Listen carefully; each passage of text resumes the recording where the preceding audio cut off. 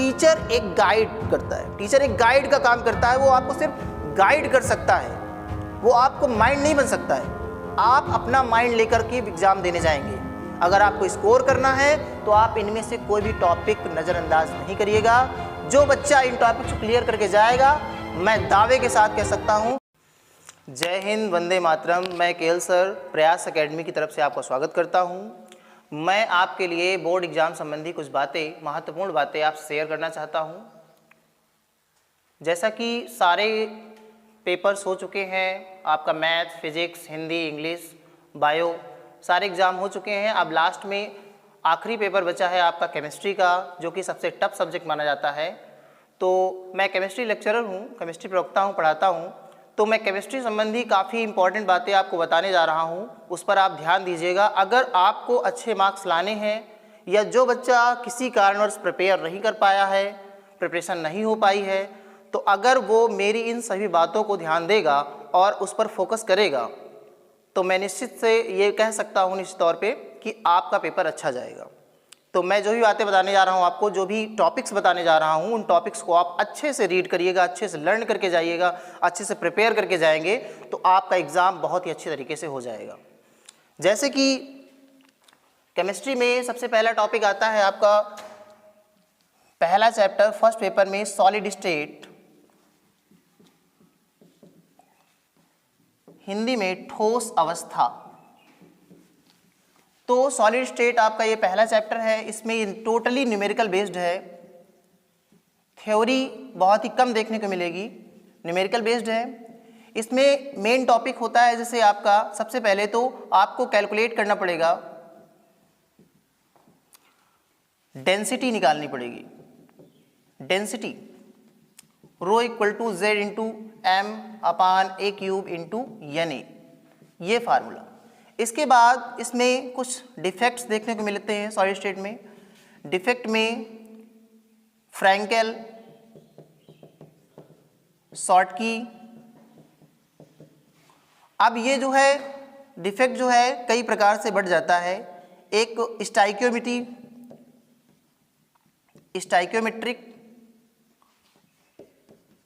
Non stoichiometric,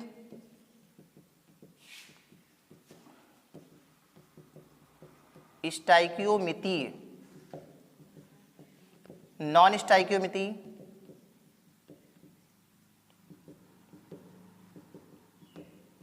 तो इस पर आपको कंसंट्रेट करना है। इससे आपका एक ऑब्जेक्टिव, एक मल्टीपल चॉइस क्वेश्चन आने की उम्मीद है इस बार। बाकी एक न्यूमेरिकल इसका फिक्स है। उसके बाद इसके एग्जाम्पल्स, फ्रैंकेल और शॉर्टकी के एग्जाम्पल आप पढ़ सकते हैं। ये इंपॉर्टेंट टॉपिक हुआ। अब आपका जो है दूसरा चैप्टर है। इसके बाद हम आपके दूसरे चैप्टर डिस्कस करते हैं। टाइम कम है, आपको देखना ज़्यादा है, तो जितनी बातें बताई जा रही हैं आप उस पर कंसंट्रेट करते रहेंगे। दूसरा चैप्टर आपका आता है सॉल्यूशन। सॉल्यूशन मतलब विलयन। टोटली ये चैप्टर जो है बेस्ड है न्यूमेरिकल पर।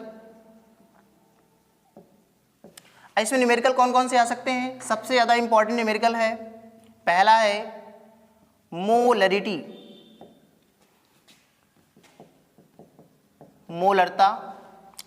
दूसरा है मोललिटी। मोललिटी इतना इंपॉर्टेंट नहीं कह सकते आप, लेकिन जो है मोललिटी का एक क्वेश्चन आता है, एक न्यूमेरिकल आता है, जिसमें लिखा रहता है 94% of H2SO4 W upon V करके। तो इस क्वेश्चन में मोलरिटी निकालने के लिए आता है। तो ये क्वेश्चन बहुत इंपॉर्टेंट है एग्जाम पॉइंट ऑफ व्यू के हिसाब से। मोलरता के न्यूमेरिकल आप तैयार कर सकते हैं। तीसरा है मोल फ्रैक्शन। मोल फ्रैक्शन जिसे हिंदी में मोल अंश या मोल प्रभाज कहा जाता है। तो आप इसके न्यूमेरिकल देख सकते हैं। इसके न्यूमेरिकल कम से कम 2-2, 3-3 न्यूमेरिकल सबके तैयार कर लीजिएगा। इसमें से एक न्यूमेरिकल आना ही आना है आपका। और चौथा और सबसे इंपॉर्टेंट जो टॉपिक है इसमें का, वो है राउल्ट्स लॉ।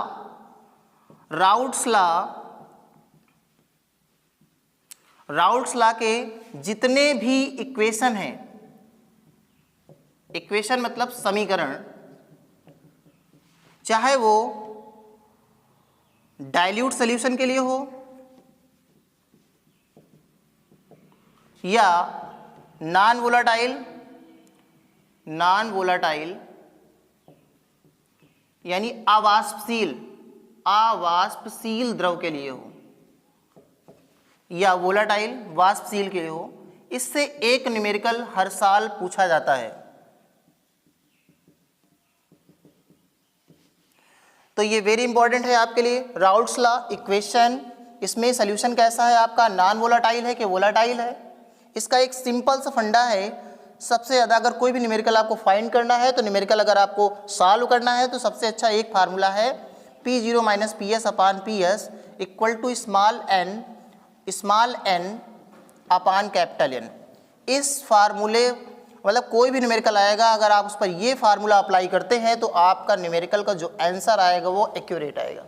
इसके बहुत सारे आपके जो है फार्मूले हैं, जैसे P0 माइनस PS अपान P0 करके एक फार्मूला है, small n upon small n plus capital N.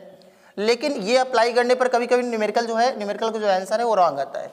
तो एक्यूरेट करके ये एक फार्मूला बनाया गया है जो एग्जैक्ट जो है आंसर लाता है, तो आप इस पर फोकस जरूर करिएगा। ये राउल्ट्स लॉ हो गया। अब राउल्ट्स लॉ के बाद इसके बाद पांचवा, ये दो चीज़ें, पांचवा जो न्यूमेरिकल है वो जो है एलिवेशन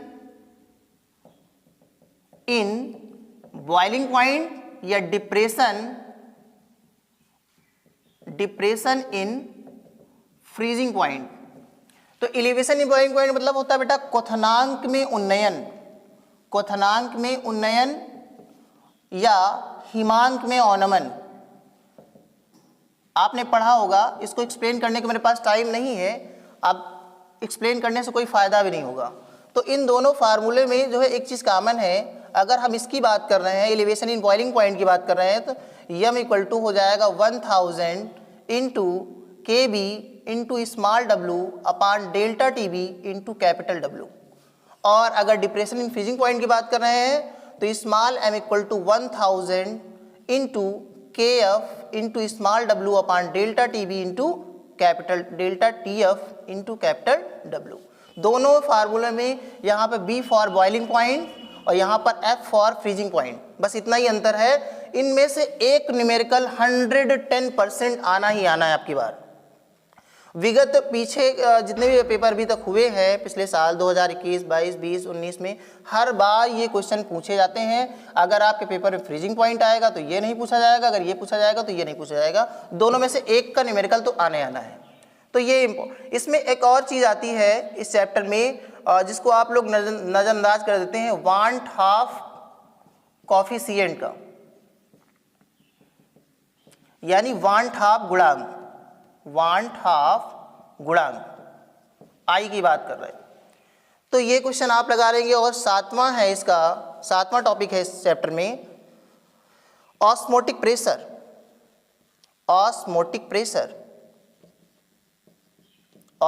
प्रेशर परासरण दाब। सिंपल सा फार्मूला है,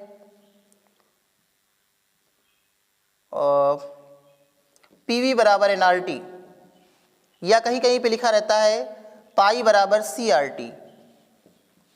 तो ये फार्मूला सिंपल सा फार्मूला है और आपको ज़्यादातर जो फाइंड करने के लिए आएगा वो ऑस्मोटिक प्रेशर फाइंड करने के लिए आएगा।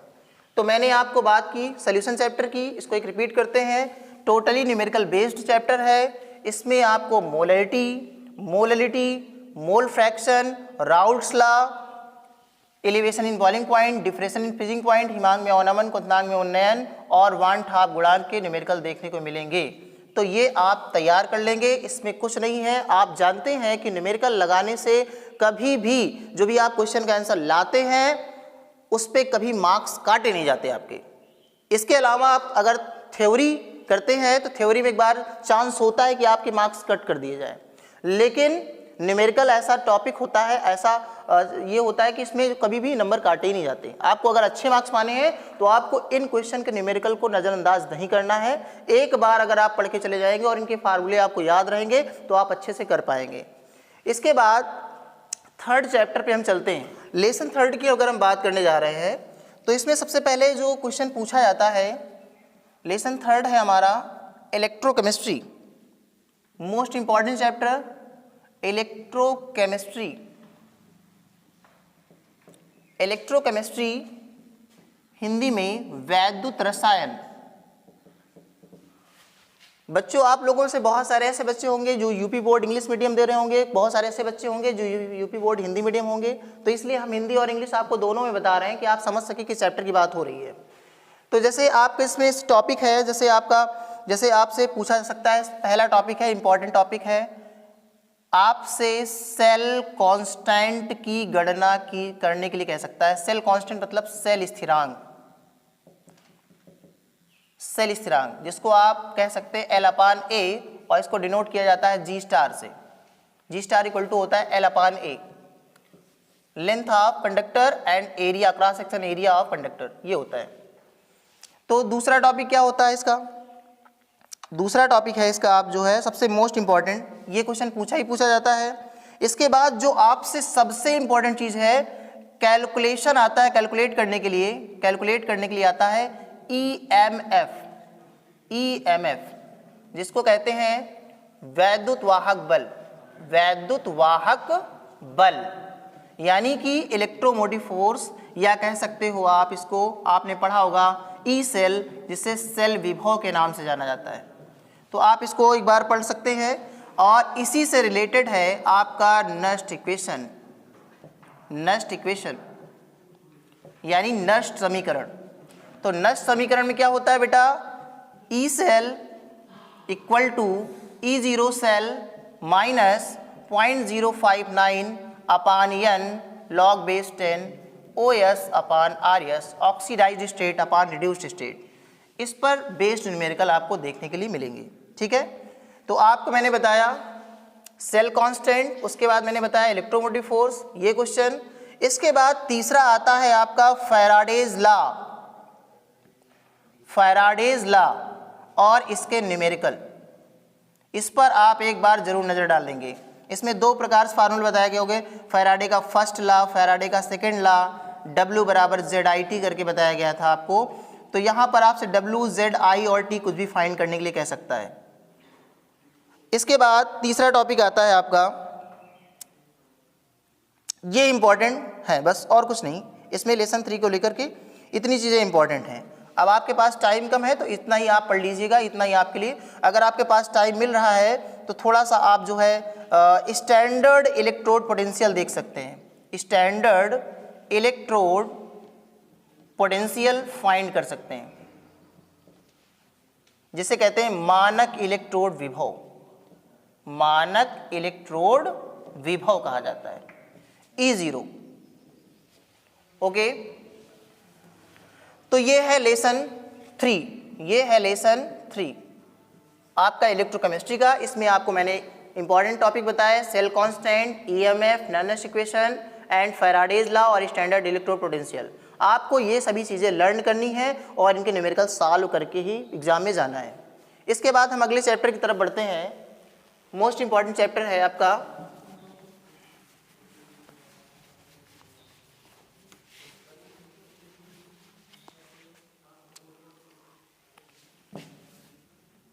लेसन 4।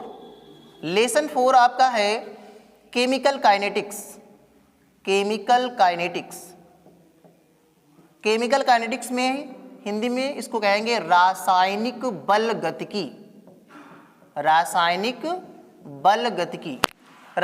बल गतिकी, ये जो मैंने आपको पहला चैप्टर बताया सॉलिड स्टेट, दूसरा चैप्टर बताया सॉल्यूशन, तीसरा चैप्टर मैंने बताया इलेक्ट्रोकेमिस्ट्री, चौथा चैप्टर मैं बताने जा रहा हूँ केमिकल काइनेटिक्स। चारों चैप्टर आपके न्यूमेरिकल बेस्ड हैं, इसलिए मैं इस पर इतना ज़्यादा फोकस करने के लिए कह रहा हूँ कि अगर आप न्यूमेरिकल ऐसे सॉल्व कर ले जाएंगे तो आपके मार्क्स कटने ही नहीं है। तो केमिकल काइनेटिक्स में सबसे पहले चर्चा होती है रेट ऑफ रिएक्शन, कह सकते हो अभिक्रिया की गति, या दूसरा है रेट कांस्टेंट,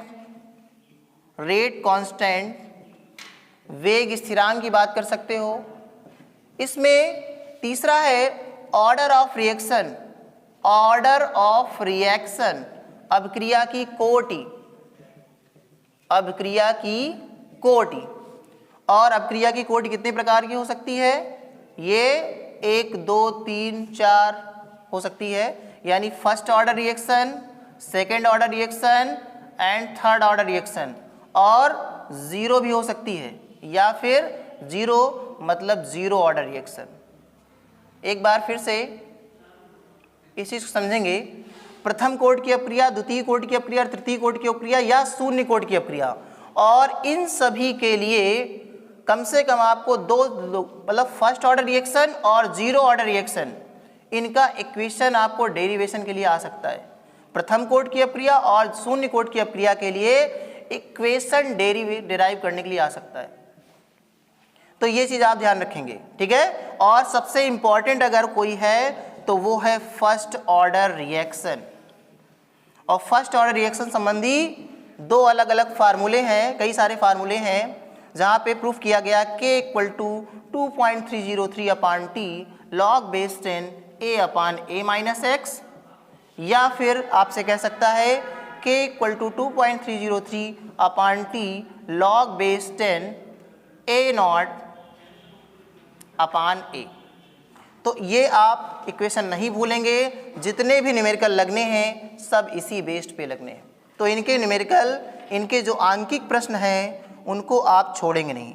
ये इस चैप्टर में थ्योरी नाम की कोई चीज़ नहीं है। इसमें अगर आपको अच्छे से स्कोर करना है एग्जाम में तो आपको इसको फर्स्ट ऑर्डर रिएक्शन, प्रथम कोटि की अपक्रिया को अच्छे से पढ़ना पड़ेगा और इनके न्यूमेरिकल आपको सॉल्व करके ही जाने पड़ेंगे, ठीक है। और इसमें एक टॉपिक आ जाता है half life period. Half life period, तो हाफ लाइफ पीरियड में आता है अर्ध आयुकाल। अर्ध आयुकाल जिसको कहा जाता है T हाफ = 0.693/K। इस इक्वेशन, इस डेरिवेशन, इस इक्वेशन के थ्रू, इस फार्मूले के थ्रू आप रेट कांस्टेंट K निकाल सकते हैं या T हाफ निकाल सकते हैं। तो ये हमारा जो है 4 चैप्टर जो मैंने आपको बताए, ये टोटली न्यूमेरिकल बेस्ड है। इसके बाद के जो भी चैप्टर्स हैं वो थ्योरेटिकल बेस्ड हैं, तो उन पर मैं चर्चा नहीं करूँगा। उनको अगर आपको टाइम मिल रहा है तो आप पढ़िएगा। इसके बाद सबसे लास्ट में एक चैप्टर आता है, शायद लेसन 7 या 6 या 7 की बात है, लेसन शायद 7 है, coordination compound. Coordination compound most important chapter. तो कोऑर्डिनेशन कंपाउंड में क्या होता है? कोऑर्डिनेशन कंपाउंड यानी उपसह संयोजन यौगिक की बात हो रही है। उपसह संयोजन यौगिक की बात हो रही है। तो इस चैप्टर में बहुत इंपॉर्टेंट चीज है, इसमें कई टॉपिक्स हैं। जैसे आपका एक है सेंट्रल मेटल एटम, केंद्रीय धातु परमाणु जिसे कहते हैं आप, केंद्रीय धातु परमाणु। या इसी में आपका एक टॉपिक आता है लिगैंड। लिगैंड किसे कहते हैं? लिगैंड आपके कई प्रकार हो सकते हैं, मोनोडेंटेट, डाइडेंटेट, ट्राइडेंटेट, पॉलीडेंटेट, ठीक है, कीलेट लिगैंड। तो आप इनके बारे में चर्चा कर लेंगे एक बार, जिसमें से आपका जैसे ये होता है बाइडेंटेट या पॉलीडेंटेट या आप कीलेट लिगैंड, तो इन पर आप जो है एक बार इसको लर्न कर सकते हैं। इसके बाद इनसे रिलेटेड आता है एक valence bond theory. Valence bond theory में कुछ कंपाउंड दिए जाते हैं आपको, कुछ कॉम्प्लेक्स कंपाउंड दिए जाते हैं जिनको एक्सप्लेन करना रहता है। इसके बाद इसी संबंधित CFT आपकी क्रिस्टल फील्ड थ्योरी है जो इसको एक्सप्लेन करती है। तो CFT विद एग्जाम्पल आप एक बार पढ़ लीजिएगा। Valence bond theory and CFT most important topic है। Valence bond theory, crystal field theory, संयोजकता आबंध सिद्धांत और क्रिस्टल क्षेत्र सिद्धांत, इसको आप अच्छे से पढ़ लीजिएगा। और अगर सबसे इसके बाद भी जो फ्री के मार्क्स अगर आपको चाहिए तो आप इसकी IUPAC पढ़ लीजिएगा। ये कभी कभी 2 नंबर की या कभी कभी 4 नंबर की आपसे पूछ ली जाती है, तो आप इसकी IUPAC जरूर पढ़ लेना। 2 नंबर या 4 नंबर आपको फ्री मिल जाएंगे, फ्री में। तो इस क्वेश्चन से भी करीब 5 नंबर या 5 से 6 नंबर कभी पूछा जाता है। तो आपको मैंने 5 चैप्टर बताए। अगर ये 5 चैप्टर आप पढ़ते हैं तो आपके फर्स्ट पेपर में नियर अबाउट, अगर ये केवल फर्स्ट पेपर से ही आपको कम से कम 25 मार्क्स मिल सकते हैं। 25 मार्क्स केवल फर्स्ट पेपर से आपको मिल जाएंगे, सिर्फ इतना पढ़ने से, जितने टॉपिक मैंने आपको बताए, ठीक है। अब हम चर्चा करते हैं सेकंड पेपर की। ये तो फर्स्ट पेपर था। फर्स्ट पेपर के स्टार्टिंग के 4 चैप्टर और लास्ट का एक चैप्टर, कोऑर्डिनेशन, कंपाउंड, उपसंयोजन यौगिक। अब हम इसके बाद बात करेंगे आपसे सेकंड पेपर की।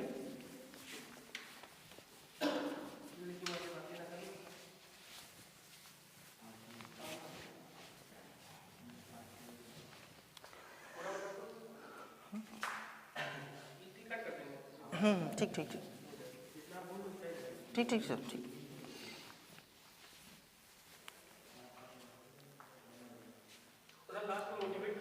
हाँ बिल्कुल बिल्कुल बिल्कुल बिल्कुल बिल्कुल बिल्कुल ठीक सर। हाँ सर, थैंक यू सर। तो चैप्टर बहुत सारे इसमें, जैसे मान लो हम सेकंड पेपर की बात करने जा रहे हैं। सेकंड पेपर सब लोग इससे डरते हैं, ऑर्गेनिक केमिस्ट्री। ऑर्गेनिक केमिस्ट्री सभी बच्चे इस कार्बनिक रसायन, इससे इनको बहुत डर लगता है कि यार ये कौन सी आफत है, कुछ समझ ही में नहीं आती है, लोगों के दिमाग में डर होता है। तो सेकंड पेपर ऑर्गेनिक केमिस्ट्री, इसके बारे में इसके बहुत सारे चैप्टर हैं। जैसे हम बात करेंगे, आपका पहला चैप्टर है हेलो एल्केन, सेकंड चैप्टर है हेलो एल्केन और hello arene, hello arene. Second chapter आपका आता है alcohol, phenol and ether, alcohol, phenol and ether. और थर्ड चैप्टर आपका आता है aldehyde, ketone and carboxylic acid, carboxylic acid. And fourth chapter आपका आता है इसके बाद एमीन। और फिफ्थ चैप्टर इसके बाद आपका आता है एमीन के बाद जो है सबसे लास्ट चैप्टर आपका है एमीन के बाद बायोमॉलिक्यूल्स। और भी एक चैप्टर था जिसको आपके सिलेबस से ड्यू टू कोविड हटा दिया गया था। तो ये 5 टॉपिक हैं। तो हेलो एल्केन्स में अगर हम एक एक टॉपिक को लेके चलते हैं, हेलो एल्केन को एक्सप्लेन करेंगे, तो यहाँ बच्चा जो है थोड़ा सा दिक्कत करता है कि हर हेलो एल्केन में क्या पूछा जाएगा। तो हेलो एल्केन में देखो कुछ इंपॉर्टेंट चीज़ें हैं, पूछने के लिए तो कुछ भी पूछा जा सकता है, लेकिन जैसे nature of CX bonding, nature of CX bond, यानी CX आबंध की प्रकृति कैसी होगी। उसके बाद इसमें जो SN1 type, SN1 and SN2 type reaction होती हैं, इस पर चर्चा करने के लिए आएगा। इसको आप नज़रअंदाज नहीं कर सकते हैं। SN1 and SN2 type of reaction nucleophilic electrophilic reactions हैं, तो आप हेलो एल्केन पे इन पे चर्चा जरूर कर लेना। इसके बाद आपका एक टॉपिक है, आता है एथिल ब्रोमाइड, एथिल ब्रोमाइड और क्लोरोफॉर्म और क्लोरोबेंजीन, इनके जो है रिएक्शंस आपसे पूछी जा सकती हैं। तो मैं बहुत ही शॉर्ट टॉपिक्स आपको बता रहा हूं कि मतलब आपके पास सिर्फ आज और कल का समय बचा हुआ है, तो और 4 को आपका एग्जाम होना सुनिश्चित हुआ है। तो आपके पास टाइम बहुत कम है और मैटर बहुत ज़्यादा है। और पता ही है, science is the king of all subject, सभी सब्जेक्टों का राजा होता है, और केमिस्ट्री दुनिया का सबसे टफ सब्जेक्ट माना जाता है। तो आप इससे डरिए नहीं, जो भी टॉपिक आपको बताया गया आप इस पर रीड करिए बस। Nature of CX bond, SN1 SN2 type of reaction, electrophilic substitution reaction, ethyl bromide, bromoethane, chloroform, trichloroethane, phenyl chloride, chlorobenzene, इनके आपको रिएक्शंस देखने पड़ेंगे। इसके बाद अगर आपको सबसे ज़्यादा रिएक्शन अगर किस चैप्टर से पूछी जाती हैं, तो वो है एल्कोहल, फिनाल और ईथर, एल्डिहाइड, कीटोन और कार्बोक्सिलिक एसिड। तो इनके सारे के रिएक्शन तो मैं आपको नहीं बता पाऊंगा कि क्या क्या आप पढ़ रहे, लेकिन मैं आपको थोड़ा सा बोल करके बता सकता हूँ। अगर आप उसको ध्यान देना तो आप उसको पढ़ सकते हैं। एमीन, एमीन में एक रिएक्शन है कार्बिल एमीन रिएक्शन। तो कार्बिल एमीन रिएक्शन आप एक बार देख लीजिएगा। Biomolecules, most important chapter. Biomolecules में क्या क्या है? Carbohydrates, carbohydrates. अब कार्बोहाइड्रेट्स का क्लासिफिकेशन आपसे पूछा जा सकता है, क्लासिफिकेशन लॉन्ग में आ सकता है, या आपसे कार्बोहाइड्रेट छोड़ करके प्रोटीन पूछ सकता है। प्रोटीन, प्रोटीन का प्राइमरी और सेकेंडरी स्ट्रक्चर आपसे पूछ सकता है, प्राथमिक और द्वितीयक संरचना, या आपसे पूछ सकता है एमिनो एसिड के बारे में, एमिनो एसिड क्या होते हैं, इनके टाइप्स बताने के लिए, या आपसे पूछा जा सकता है एमिनो एसिड में पेप्टाइड बॉन्ड्स या पॉलीपेप्टाइड बॉन्ड्स। तो आप इन पर जरूर अपनी नजर डाल दीजिए एक बार। कार्बोहाइड्रेट्स, इनका classification, protein primary secondary, amino acids, ये सब चीजें। और जो सबसे बड़ी चीज है न्यूक्लिक एसिड, नाभिकीय अम्ल जो होते हैं, आरएनए और डीएनए, इनकी संरचना और इनके बीच में डिफरेंस, ये आप एक बार देख लीजिएगा। आरएनए और डीएनए में डिफरेंस कई बार पूछा गया है। और एक और जो लड़के सारे छात्र जो है नजरअंदाज कर देते हैं क्वेश्चन को, वो होता है denaturation of protein. Denaturation of protein, इसको कहते हैं प्रोटीन का विकृतीकरण। प्रोटीन का विकृतीकरण, तो ये इंपॉर्टेंट टॉपिक है, प्रोटीन का विकृतीकरण। तो आप इनकी संरचना, प्रोटीन से एक क्वेश्चन, या तो कभी कभी ये सब ना पूछा जा करके प्रोटीन्स, व्हाट आर प्रोटीन्स क्या होते हैं और उनके फंक्शंस क्या होते हैं इसके बारे में, तो प्रोटीन का फंक्शन आप तैयार कर लेंगे। सबसे इंपॉर्टेंट टॉपिक इसमें प्रोटीन है और कार्बोहाइड्रेट्स, ये दो टॉपिक आप बिल्कुल नहीं भूलेंगे, इसको आप पढ़ के ही जाएंगे। उसके बाद आरएनए और डीएनए में डिफरेंस पढ़ सकते हैं। और डीनेचुरेशन ऑफ प्रोटीन लगभग हर दूसरे तीसरे पेपर में पूछ लिया जाता है। 7 सेट में पेपर बनता है, किसी न किसी सेट में ये क्वेश्चन आपको मिलेगा 100%। इसके बाद चलिए बायोमॉलिक्यूल्स की बात हो गई। बायोमॉलिक्यूल के साथ एमीन आ गया, एमीन में कार्बिल एमीन रिएक्शन है, तो इसमें और कुछ रिएक्शन के बारे में बता देंगे हम आपको। अब इनके बारे में आप जो भी इंपॉर्टेंट आपको लगे अपने हिसाब से पढ़ सकते हैं, लेकिन हमने जो बताया है, हम आपको कुछ रिएक्शन देने जा रहे हैं, उन पर आप एक बार नजर डाल दीजिएगा। मैं बोल रहा हूँ, आप उन रिएक्शन को एक बार ध्यान दीजिएगा।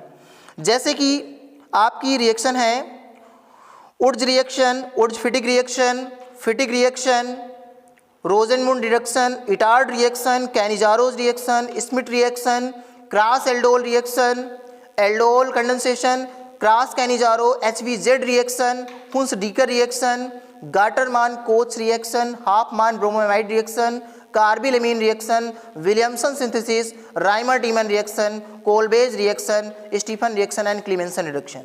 आप इनको पढ़ सकते हैं। एक बार हम इसको लिखे दे रहे हैं, शार्ट नोट लिखने के लिए आता है। शार्ट नोट लिखने से, शार्ट नोट, इससे दो चीजें तैयार होती है। इससे व्हाट हैपेंस व्हेन भी तैयार हो जाता है आपका, क्या होता है जब, और हाउ विल यू ऑब्टेन, कैसे प्राप्त करोगे, दोनों चीजें क्लियर हो जाती है एक साथ। तो शॉर्ट नोट में मैं आपको कुछ रिएक्शन बताने जा रहा हूं, जैसे आपकी उर्ज रिएक्शन, उर्ज अपक्रिया, दूसरा है उर्ज फिटिक अपक्रिया, उर्ज फिटिक, तीसरा है फिटिक रिएक्शन, फोर्थ है रोजेनमुंड रिडक्शन, एंड फिफ्थ है इटार्ड, और सिक्स्थ है आपकी कैनिजारो, और 7 पे है क्रॉस कैनिजारो, 8 पे है एल्डोल कंडेंसेशन, एंड 9 है क्रॉस एल्डोल कंडेंसेशन। इसके बाद Rymer Tiemann reaction,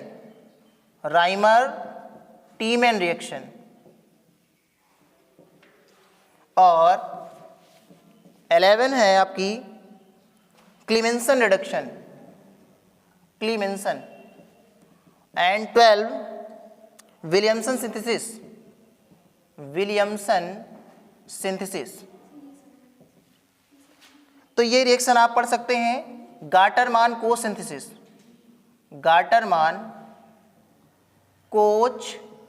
synthesis, and 14 है आपकी HVZ रिएक्शन। मैंने आपको ये 14 बताई, और बहुत सारी हैं, लेकिन आप इन पर एक बार फोकस कीजिएगा, ये रिएक्शन आपके एग्जाम में पूछी जा सकती हैं। इसके बाद ग्लूकोज और फ्रक्टोज बायोमॉलिक्यूल्स का ही टॉपिक है। बायोमॉलिक्यूल्स यानी जैव अणु। तो जैव अणु में कार्बोहाइड्रेट्स, मोनोसैकेराइड्स, जो मोनोसैकेराइड्स होते हैं, मोनोसैकेराइड्स में दो हैं आपके टॉपिक में, ग्लूकोज और फ्रक्टोज। तो ग्लूकोज और फ्रक्टोज में ग्लूकोज का स्ट्रक्चर अगर आप देखना चाहें तो ये CHO होता है, CHOH का होल 4 सिंगल बॉन्ड CH2OH होता है। फ्रक्टोज में CH2OH single bond C double bond O CHOH whole thrice CH2OH। तो इसमें आपसे पूछा जाता है कि सिद्ध कीजिए कि ग्लूकोज में एक एल्डिहाइड ग्रुप एग्जिस्ट करता है, पाया जाता है, या सिद्ध कीजिए कि ग्लूकोज में 5 हाइड्रोक्सिल समूह उपस्थित होते हैं, 5 OH समूह उपस्थित होते हैं, ठीक है, या फ्रक्टोज में कीटोन समूह उपस्थित होता है, हाइड्रोक्सिल समूह उपस्थित होता है। तो ये बहुत बार पूछा जाता है आपसे। तो ये क्वेश्चन आप बिल्कुल ग्लूकोज और फ्रक्टोज को अच्छे से रीड करेंगे। और ग्लूकोज से रिलेटेड एक क्वेश्चन आता है, how will you obtain glucosazone from glucose, how will you obtain fructosazone from fructose. तो ग्लूकोज से ग्लूकोसाजोन कैसे प्राप्त करेंगे, फ्रक्टोज से फ्रक्टोसाजोन कैसे प्राप्त करेंगे, ये रिएक्शन बहुत बार पूछा जाता है। ग्लूकोसाजोन, फ्रक्टोज से फ्रक्टोसाजोन। तो ग्लूकोज और फ्रक्टोज संबंधी सारी रिएक्शन आप पढ़ लेंगे। बस इतने टॉपिक्स मैंने बता दिए हैं। आपको अच्छे मार्क्स पाने के लिए इतने टॉपिक आपके लिए पर्याप्त रहेंगे। अब आप सभी बच्चों से मेरा इतना ही निवेदन है कि आपके पास जो भी टाइम बचा है 2 दिन का, तो आप बिल्कुल बिना समय गंवाए अपने टॉपिक्स पर जी जान लगा के मेहनत करेंगे। और जो टॉपिक्स आपको दिक्कत कर रहे हैं आप कमेंट के माध्यम से को बता सकते हैं। कोई समस्या है तो मैं आपको हो सकता है एक आध वीडियो और प्रोवाइड करा सकता हूँ, कोई समस्या आई तो। मैंने सिर्फ इसलिए इसको शेयर किया कि आप इन टॉपिक्स को बिल्कुल अंडर एस्टिमेट नहीं करेंगे, नज़रअंदाज नहीं करेंगे।